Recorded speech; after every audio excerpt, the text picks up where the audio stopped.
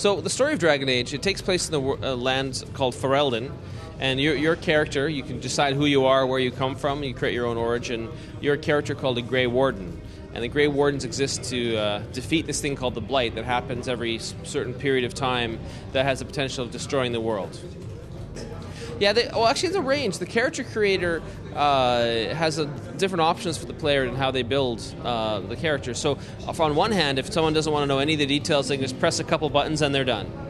However, the more serious player that wants to really know everything, get into detail, they can actually go in and change every bit of the face, and then with your stats, pick every number, pick every talent, all these things. So really we try and provide a range for different types of player to have an option on what they want to do to create their character. So we have something we call origin stories, and the way they work is that you decide where you come from, and then after you make that decision, you actually play part of the game from that position. So if you decide you're a dwarf noble person, then you appear. That's where your game starts. It's as a dwarf noble, and then you play for a couple hours, and events take you into the main path of the game.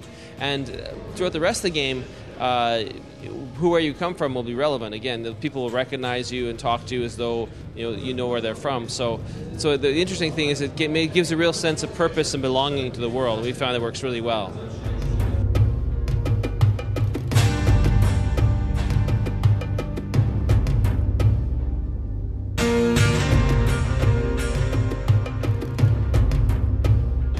No, Dragon Age engine is an engine called Eclipse that we made at BioWare specifically for Dragon Age. We've been working on it quite a while. What it's really good for, obviously the visuals are pretty strong, but it can show a large area with a large number of characters all fighting and doing things very effectively. That's something that's optimized for. And second, it also is very good for maintaining and managing all the millions of pieces of data. Like, the fourth page of the journal, third paragraph has a link in it. All these things, as the engine is actually very good. So you get a sense that the engine is very fast and moving around the interface in the world. So one of the things we did in Dragon Age was create an entire world for the game, and it probably took about a year and a half to build that, and even then we're still kind of finishing off the details. When we build a game like Dragon Age, we want the world to make sense, everything to fit together as though it's one big picture.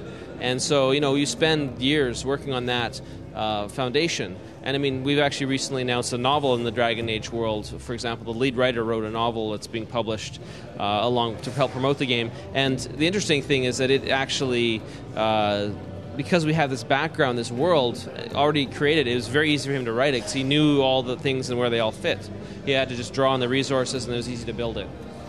I haven't really talked about sequel all yet. We're really still focused on getting it done first. I think with all our games, if it's successful and everyone loves it, hopefully we would probably make more of them.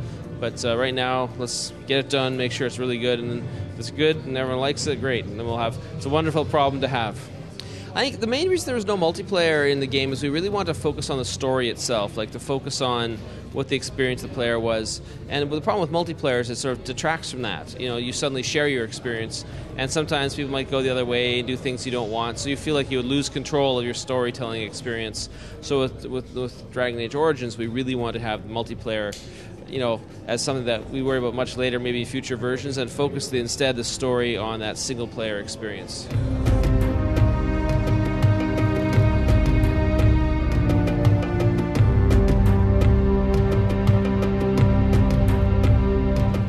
I think there's probably a few different things. One is that the tactical combat is one thing that people aren't really doing anymore, where you have the party like in Baldur's Gate, the top-down view.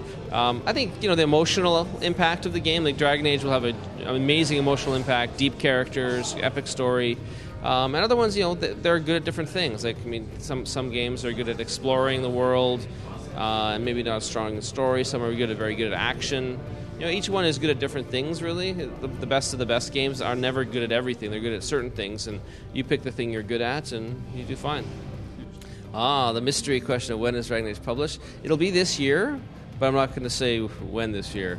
But it's coming along really well. You can see, if you had a chance to be on hands-on today, it's looking very complete. Lots of little tuning to do. Like at BioWare, we like to fine-tune and polish the game very high, and there's things we need to do that. But no, we're progressing well, and we'll see it before the year's over.